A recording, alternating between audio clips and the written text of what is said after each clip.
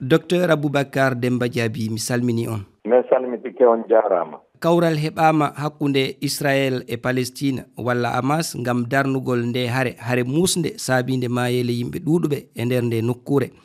Si en daari no ngal kawral heɓori noon ngal mus ko karahan satti moƴƴa, holko saabi ɗum satti, holko saabi hay tabintigol ngal satti? On andi no satti moƴƴa si won ɗum Israel warani Palestinien ɓe ɓen hikka ko ɗuuɗi.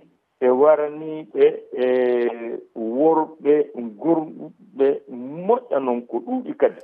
E hina Palestine tun ɓe warani ɓe Iranien, ɓe warani ɓe Libanais, ɓe warani ɓe Syrien, ɓe warani tigi tigi on fayda ɓe famotiri dow seeɗa tako kono no muusi haa feƴƴiti.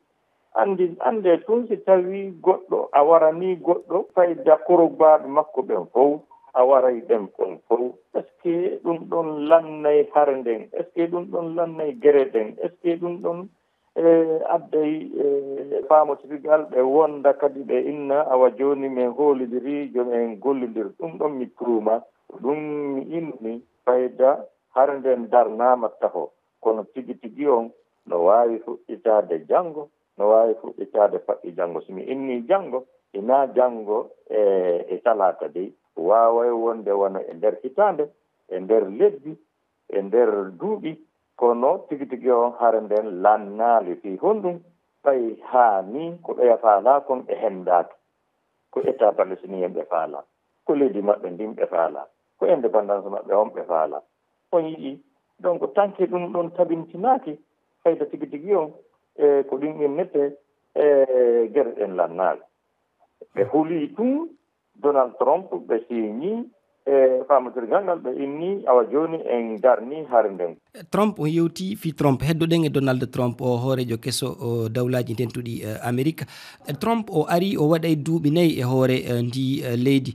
Beele awa kanko immoto o daro ɓayti on haali feere moƴƴere nde, feere tabintinayde jam nde, ko yo laato Palestine wona leydi, Israel wona leydi. Beele kanko imo wawi darade ngam yo ɗum laato? Tigi tigi on kanko o pragmatique seeɗa ɓuri ɓeya. On andi kanko simo faala goɗɗum o woolay, so o faalaka o woolay. On andi wowlowo ko faala, wowlowo ko waɗata fayda a hoolato on ɗo ɓuri mo wowlata on mo jamfotoɗoma on o yarane e nder leydi o wolantama gonga o jamfa ɗon o ɗumanno. Ndaare ko Joe Biden fanki haa jama on wara, haa ɓiɓɓe paykoy wara, haa rewɓe wara, haa jama on yalti fayda saare, so on ƴetti saare palestinien fewno ɗo alaa ka bonnaka. Donc cuuɗi ɗin hooliɓaama, hôpital ji ɗin hooliɓaama, l'école ji ɗin hooliɓaama. Trump waaway darade haa Palestine heɓa leydi, kono hay si Palestine heɓii leydi hannde, si tawi tun keerolngol 1967 tabintinaka ko ɗin innete kadi fayda hare nder lannaali. Si tawi tun ko Jérusalem woni capital Israël ko ɗum innete gereji ɗin lannaali. On andi le Trump ko kanko piso naɓi ambassadeur makko on e Jérusalem. On andi ɗon fayda himo wondi e juge ɓe ɓen. Donc ko honno wono toon juge oɗon wondani oya on wonana oya. Ko ɗum ɗon sattini murandum seeɗa. Si tawi tun himo jogii nunɗal ngal o waway darade o lanna hare nden o joɗɗina ɓe créa état palestinien. Kono tigi tigi on ko faameten fayda si ɓe wooli goɗɗum ko goɗɗum goo ɓe waɗata. Docteur Aboubacar Demba Diaby, yimɓe ɗuuɗuɓe warama sabu nde hare muusi yimɓe ujune warama.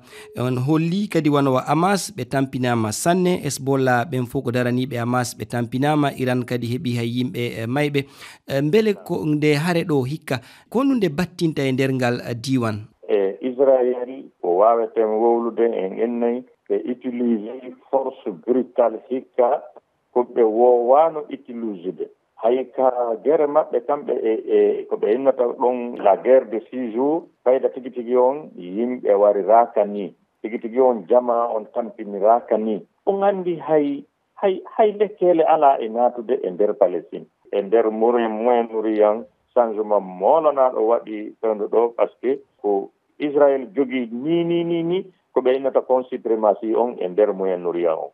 Arabie saoudite wawata wowlude, Qatar wawata wowlude, Turquie wawata wowlude, e Syrie kam mi ala wowlude fi ɓen ɗon ɓay ɓen ɗon tigi ɓe ɗaɓɓude hoore maɓɓe. Iran tigi tigi no huuli. Docteur Aboubacar Demba Diaby mi yetti on sanne, on jarama. On jarama, albarka moɗon.